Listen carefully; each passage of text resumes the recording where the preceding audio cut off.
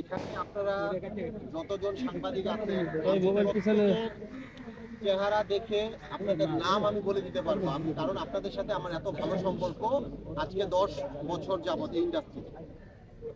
আমি একটা বিবাহ করেছিলাম, আপনারা এটা সবাই জানেন, এবং বিবাহর প্রথম দিন রাতে আমি মানসিকভাবে সিদ্ধান্ত নেই যে আমি এই মহিলার সাথে সংসার করব না, কিন্তু প্রথম দিন আমি তাকে ব্যাখ্যা করতে পারিনি।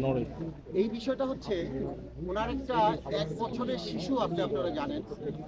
ওই শিশুটা যখন আমার বিয়ের বাসরটা কিন্তু রত্না কবিরের বাসা হয়, আমাদের শ্রদ্ধেয় রত্নাপা, যখন এই বাচ্চাটা কাঁদতেছিল, মার বিয়ে হয়ে যাচ্ছে, বাচ্চাটা কিন্তু কাঁদতেছিল, সেদিন এই মহিলা বাচ্চাটাকে এমনভাবে শাউট করে একটা ধমক দিতে এবং তার হেল্পিং হ্যান্ডকে, সেদিনই আমার মনের মধ্যে একটা দাগ কাটছে যে এটা কেমন কথা, মা বাসর করে ঢুকে কিন্তু সন্তানের সাথে এটা কি আচরণ করলো। ওই রাত এটা ভাবতে ভাবতে আমার কেটে যায়। এরপরে সেকেন্ড দিন আপনাদেরকে আমি সব বলেছি তার ব্যাপারে, আস্তে আস্তে আমার কাছে যখন আসে, এর তৃতীয় দিন আমাদের জিয়া তাহের ভাইয়ের মাধ্যমে আমি ওই ভদ্রমহিলাকে সাফ জানিয়ে দেই যে আপনার সাথে আমি সংসার করব না, আপনার সাথে আমার সংসার করা সম্ভব না। তারপরে তিনি বিভিন্নভাবে মিথ্যা বানোয়াট, আমি আগে বহুবার আপনাদেরকে বলেছি, আপনারা কেউ বিশ্বাস করেননি। কারণ দেখেন, উনি যে প্র্যাকটিক্যাল অ্যাক্টিংগুলো করেছে, এগুলো একটা মানুষ বিশ্বাস করতে বাধ্য। তিনি এই অ্যাক্টিংগুলো করে সকলের মানুষের কাছে, আমি এই ইন্ডাস্ট্রিতে, এই ফিল্মে, নাটকে আমি রাসেল মিয়া যে স্ট্রাগল করে আজকে রাসেল মিয়া হয়েছি, আমি যে কষ্ট করে এই জায়গাটায় আসছি, তিনি কিন্তু 1 মিনিটের মধ্যে মানুষের কাছে আমাকে একদম খারাপ করে দিয়েছে।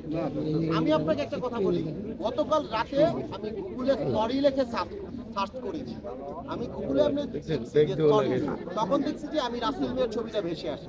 কি ব্যাপার, এত পরিমাণের মায়েরা বোনেরা, আমি শ্রদ্ধা রেখে বলছি, আপনাদের পায়ে হাত রেখে বলছি, আমার এই দেশের মায়েরা বোনেরা এত পরিমাণে আমি রাসেল ভাইকে সরি বলতেছে, আমিও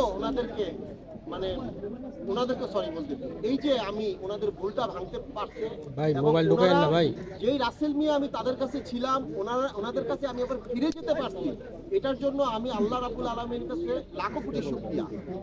এবং আপনাদেরকে আমি আরেকটা কথা বলি, আমি আপনাদের মাধ্যমে ভদ্রমহিলাকে বলি, ওনার যে হাজবেন্ড এখন উনি বিয়ে করেছেন আপনার 29 অক্টোবর, আমাকে ডিভোর্স করেছেন কিনা আমি আদৌ জানি না, আমি কোনো কাগজপত্র পাইনি, তবে এটা আমি আইনের মাধ্যমে, আদালতের মাধ্যমে আমি জানবো। ভদ্রমহিলা বিয়ে করেছেন যে সাংবাদিক মহোদয়কে, এই সাংবাদিককেও উনি কিন্তু অস্বীকার অলরেডি করছেন।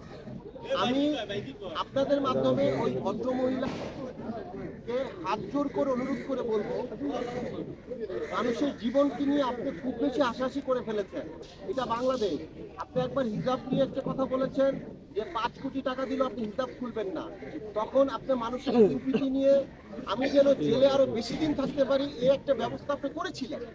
কিন্তু আল্লাহ সহায় থাকলে আর মানুষ যদি সত্য হয়, দেখেন আমি আপনাদেরকে একটা কথা বলি, আমাকে গতকালকে 84 জন সাংবাদিক আমাকে ফোন করেছে যে রাসেল ভাই আপনি একটা ইন্টারভিউ নিতে চাই। আমি বলছি ভদ্রমহিলার ব্যাপারে আল্লাহর রাস্তায় আমি কোনো কথা বলবো না। আমি এখন পর্যন্ত আপনারা আমার মুখ থেকে কোনো কথা বের করতে পারেননি। আমার বিশ্বাস ছিল আমি রাসেল ভাই যদি সত্য হয়ে থাকি, আমার ভিতরে যদি সততা থাকে, তাহলে এটা ফুটে উঠবে এবং আপনারা সব দেখতে পাবেন, এবং অলরেডি আপনারা দেখতে পাচ্ছেন। আমার কথা হচ্ছে যে উনি যেহেতু বিবাহ করেছে, ওনার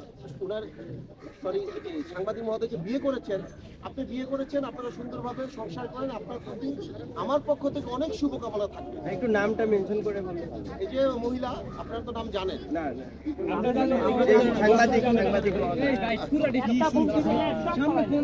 সাংবাদিক মহোদয়ের নাম তো আপনারা জানেন না, একটু আপনারা বলবেন। আমি তো ফেসবুকের কল্যাণে দেখেছি যে আকাশ টিভি ওনার নাম। এখন বিষয়টা হচ্ছে, এই বিষয়টা নিয়ে আমি আপনাদের কাছে একটি কথা বলবো, আপনারা আমাকে আবার সেই রাসেল মিয়া করে দিয়েছেন, এবং আপনারা সাংবাদিক, আমি একটা সাংবাদিক আছে, আমি একদম আল্লাহকে সাক্ষী থেকে বলবো, একটা সাংবাদিক আমি যখন কোর্টে আমার হ্যান্ডকাপ লাগিয়ে আমাকে নিয়ে যায়, আপনার ওই যে পুলিশ ওই সাংবাদিক কাঁদতেছিল, আমি তো কি ব্যাপার আপনি কাঁদতেছেন কেন? কয়, আপনার মতো মানুষের জেল হয়ে যাচ্ছে, ইয়া হয়ে যাচ্ছে, ওই সাংবাদিক কাঁদতেছে, আপনি তো আল্লাহকে সাক্ষী রেখে বলুন। আজকে আমি মনে করি যে একজন রাসেল মিয়ার জয় হয়েছে, সাংবাদিকদের জয় হয়েছে এবং এই দেশের ভালো মানুষদের জয় হয়েছে। Thank you.